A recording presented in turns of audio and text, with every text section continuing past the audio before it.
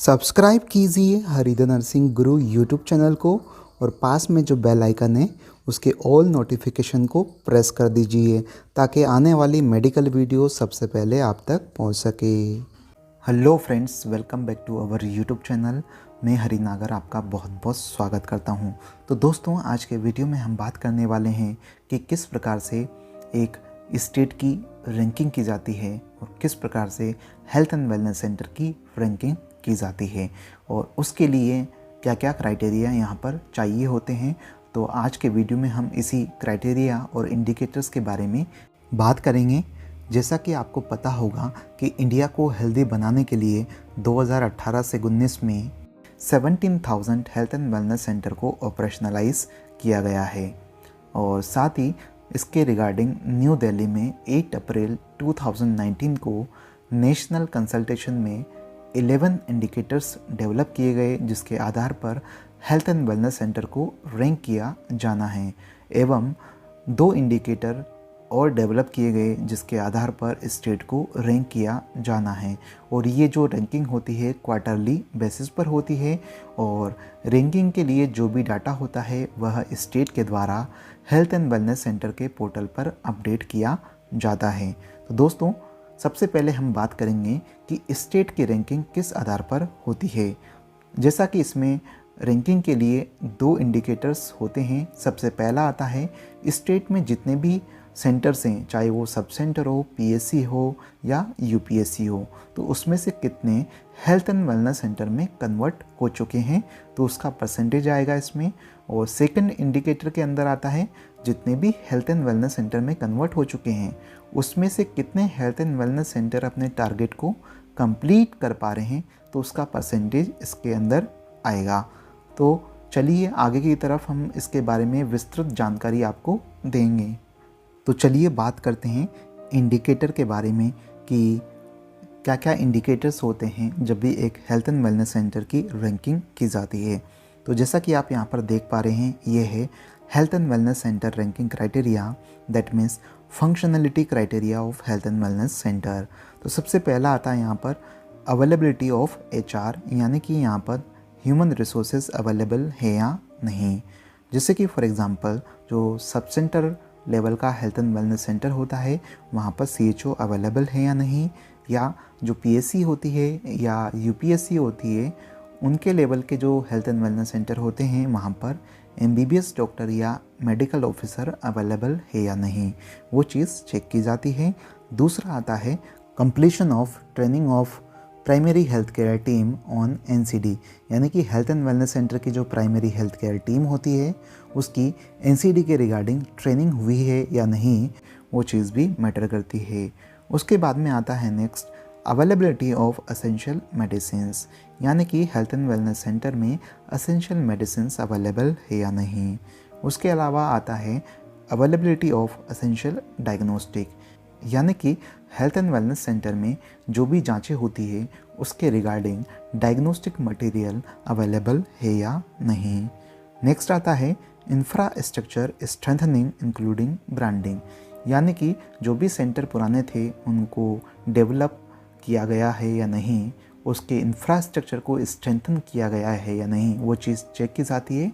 साथ ही उस health and wellness centre की ब्रांडिंग हुई है या नहीं, वो चीज़ भी चेक की जाती है। अगला आता है initiation of screening of NCD, for example hypertension, diabetes and cancer.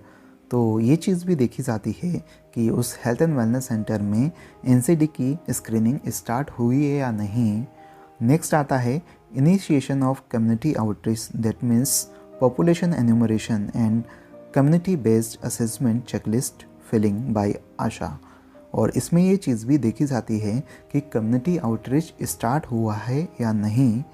जैसा कि आपको पता होगा, आशा के द्वारा पॉपुलेशन का एन्यूमरेशन और सीबैक फॉर्म भरे जाते हैं, तो ये चीज़ भी मैटर करती है। उसके अलावा use of CPSC IT application, यानी कि जैसे कि आशा हो गया, सीएचओज हो गए हैं, तो वहाँ पर आईटी डिवाइसेस उनको दी जाती है।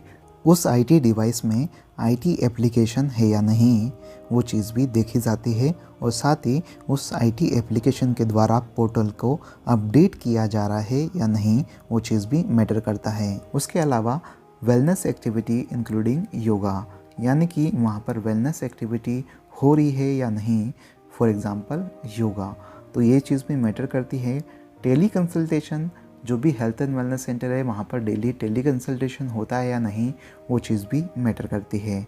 उसके अलावा performance link payment for CHO, जो हेल्थ एंड वेलनेस सेंटर में CHO होते हैं उनको परफॉर्मेंस लिंक जो पेमेंट होता है या इंसेंटिव होता है वो उनको वहाँ पर कितना मिला है, वो चीज़ भी मैटर करती है।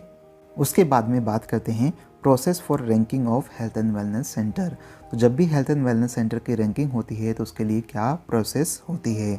तो सबसे पहले यहाँ पर क्या होता है कि जो भी डाटा हम हेल्थ एंड वेलनेस सेंटर के पोर्टल पर अपडेट करते हैं तो उसी के आधार पर रैंकिंग की जाती है। और साथ ही जो भी इंडिकेटर्स होते हैं, हर एक इंडिकेटर्स का एक वेटेज होता है और उसका वेटेज निकाल कर टोटल परसेंटेज निकाली जाती है और ये क्वार्टरली बेसिस पर किया जाता है। और जब भी क्वार्टरली बेसिस पर रैंकिंग की जाती है, जिसका अच्छा स्कोर होता है उसको अवार्ड भी दिया जाता है। यानी कि ये चीज़ रिफ्लेक्ट करती है अच्छा स्कोर लाना कि आपके हेल्थ एंड वेलनेस सेंटर में जो भी हेल्थ केयर सर्विसेज हैं उनकी डिलीवरी अच्छे से हो रही है, यानी कि क्वालिटी केयर जो आउटकम्स हैं उसके अच्छे हैं। तो अब हम बात करते हैं कि स्टेट की रैंकिंग किस आधार पर होती है। तो जैसा कि मैंने आपको बताया, इसमें 2 इंडिकेटर्स होते हैं और उन 2 इंडिकेटर्स के अंदर और भी कई इंडिकेटर्स होते हैं। तो यहाँ पर टोटल मिलाकर 11 इंडिकेटर होते हैं जिसके आधार पर स्टेट की रैंकिंग की जाती है। और इसमें स्टेट में जितने भी हेल्थ एंड वेलनेस सेंटर है उनका डाटा स्टेट में जाता है और वहाँ पर कॉम्बाइंड हो जाता है और उसी के आधार पर जो इंडिकेटर्स होते हैं उनका एक वेटेज रखा जाता है और उसी वेटेज के आधार पर परसेंटेज बनती है और रैंकिंग बनती है। तो इसमें सबसे फर्स्ट जो इंडिकेटर है उसके अंदर मेंशन कर रखा है कि स्टेट में जितने भी पुराने सब सेंटर PSC UPSC थे उसमें से कितने percent health and wellness centre में कन्वर्ट हो चुके हैं, तो इसका 25% वेटेज इसको दिया जाता है। दूसरा इंडिकेटर आता है कि जो हेल्थ एंड वेलनेस सेंटर हैं जितने भी परसेंट वर्क कर रहे हैं अभी जो कन्वर्ट हो चुके हैं उसमें जितना टारगेट उनका बनता है वो टारगेट कितने percent health and wellness centre का कंप्लीट हो रहा है, तो इसका यहाँ पर 20% वेटेज रखा है। और उसके अलावा जितने भी हेल्थ एंड वेलनेस सेंटर हैं, हर एक हेल्थ एंड वेलनेस सेंटर के अंदर जितनी टारगेट पॉपुलेशन है उसमें से कितनी परसेंट पॉपुलेशन का एन्यूमरेशन हुआ है, तो उसका 15% वेटेज यहाँ पर रखा है। उसके अलावा स्टेट में जितने भी हेल्थ एंड वेलनेस सेंटर हैं उस हेल्थ एंड वेलनेस सेंटर के अंदर जितनी भी रजिस्टर्ड प्रेगनेंसी हैं तो उन प्रेग्नेंट वुमन का फुल ANC कितने परसेंट का हुआ है, तो उसका 5% वेटेज यहाँ पर रखा है। उसके अलावा जो वहाँ पर जितनी भी प्रेग्नेंट वुमन थी उस एरिया के अंदर उसमें से कितने परसेंट प्रेग्नेंट वुमेंस का इंस्टीट्यूशनल डिलीवरी हुई है, तो उसका भी यहाँ पर 5% वेटेज रखा है। उसके बाद में आता है कि जो भी बच्चों का जन्म हुआ है तो उसमें से कितने परसेंट न्यूबॉर्न बेबी का HbA1c विज़िट हुआ है, तो उसका भी 5% वेटेज रखा है। उसके अलावा उस एरिया में जितने भी 2 साल तक के बच्चे हैं उसमें से कितने परसेंट बच्चों का 2 साल तक का वैक्सीनेशन हुआ है, तो उसका भी 5% वेटेज रखा है। इसके अलावा जो 30 साल से ऊपर वाले लोग हैं उसमें से कितने परसेंट लोगों का हाइपरटेंशन का स्क्रीनिंग हुआ है, तो 5% वेटेज है इसका भी। और डायबिटीज़ का स्क्रीनिंग कितने परसेंट लोगों का हुआ है, तो उसका भी 5% वेटेज है। और ओरल कैंसर का स्क्रीनिंग जो हुआ है वो कितने परसेंट लोगों का हुआ है, उसका 5% वेटेज है। और उसके अलावा कितनी परसेंट महिलाओं का ब्रेस्ट कैंसर का स्क्रीनिंग हुआ है, उसका भी 5% वेटेज है। तो इस प्रकार से यहाँ पर टोटल मिलाकर 100% वेटेज होता है। तो जितने परसेंट इसका क्राइटेरिया आता है उसी के आधार पर फिर स्टेट की रैंकिंग की जाती है। जैसा कि मैंने बताया आपको कि हेल्थ एंड वेलनेस सेंटर का डाटा कॉम्बाइंड होकर स्टेट में जाता है, फिर सेंट्रल लेवल पर फिर स्टेट की रैंकिंग होती है कि कितने इंडिकेटर्स इन्होंने कंप्लीट किए हैं और हर एक इंडिकेटर के अंदर जितना परसेंट वेटेज था उसमें से कितना परसेंट वेटेज इन्होंने रिसीव किया है, यानी कि टोटल मिलाकर कितना परसेंटेज इनका आया है, कितना परसेंट टारगेट कंप्लीट हुआ है, उसी के आधार पर इनकी रैंकिंग की जाती है। तो दोस्तों आशा करता हूँ आपको ये हमारा वीडियो यूज़फुल लगा होगा, इन्फॉर्मेटिव लगा होगा। अगर यूज़फुल और इन्फॉर्मेटिव लगा है तो प्लीज़ वीडियो को लाइक कीजिए, शेयर कीजिए। किसी भी प्रकार की क्यूरीज हैं तो कमेंट बॉक्स में जाइए, कमेंट करिए। Thank you so much.